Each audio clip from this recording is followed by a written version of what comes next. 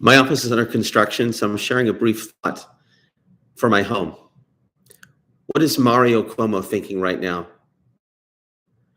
I'm not here to throw salt on the resignation of Governor Andrew Cuomo, but rather to make an important point. As I was driving across the Tappan Zee Bridge, now Mario Cuomo Bridge, I was thinking, what is his father thinking?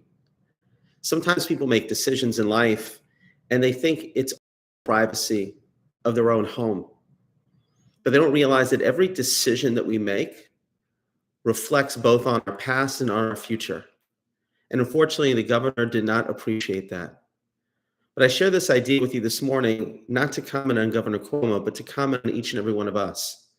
That notion of recognizing that we all have moral choices to make.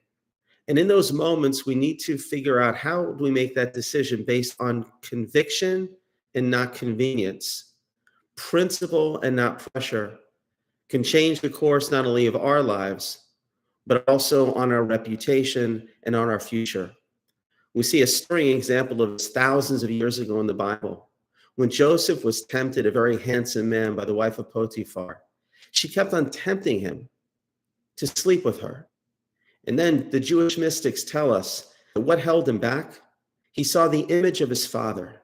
And it wasn't the father just appeared to him, but he realized that in a moment of moral crisis, he needed to conjure up the image of his father to remember that what he did would reflect on his family and also reflect on his future.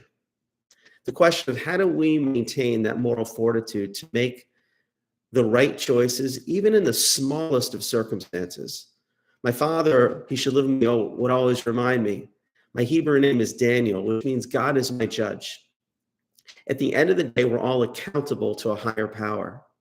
As I was a teenager, my parents would always say as I walked out the door, remember who you are. That message of understanding that character is made through the daily battleground of the choices is really the essence of what it means to maintain a good name. This also came out about 8 years ago at the time of the Beijing Olympics, where there was something called a dolphin kick, which is something that the referees couldn't even see. And the question they asked the swimmers was on the front page of the New York Times, is whether or not you are going to use the dolphin kick if you know you're not going to be caught. Some swimmers, on request of anonymity, said, I'm going to do it if I know I'm not going to be caught. But one individual, Brendan Hansen, who was a bronze medalist, said, that's not the way I was raised. That's not what I do.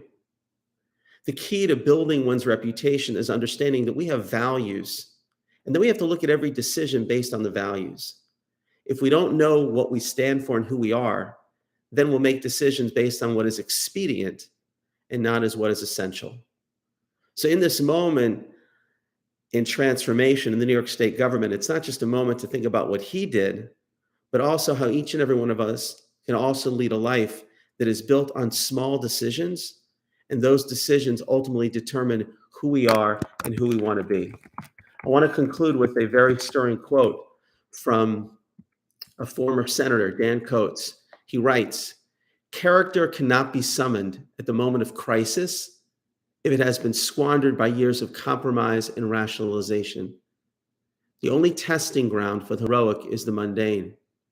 The only preparation for that one profound decision, which can change a life or even a nation, are those hundreds of half-conscious, self-defining, seemingly insignificant decisions made in private.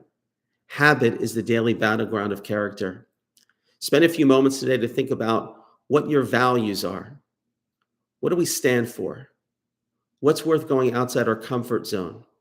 And hopefully in that way, we will emulate the model of King Solomon, who said, a good name is better than all the wealth in the world.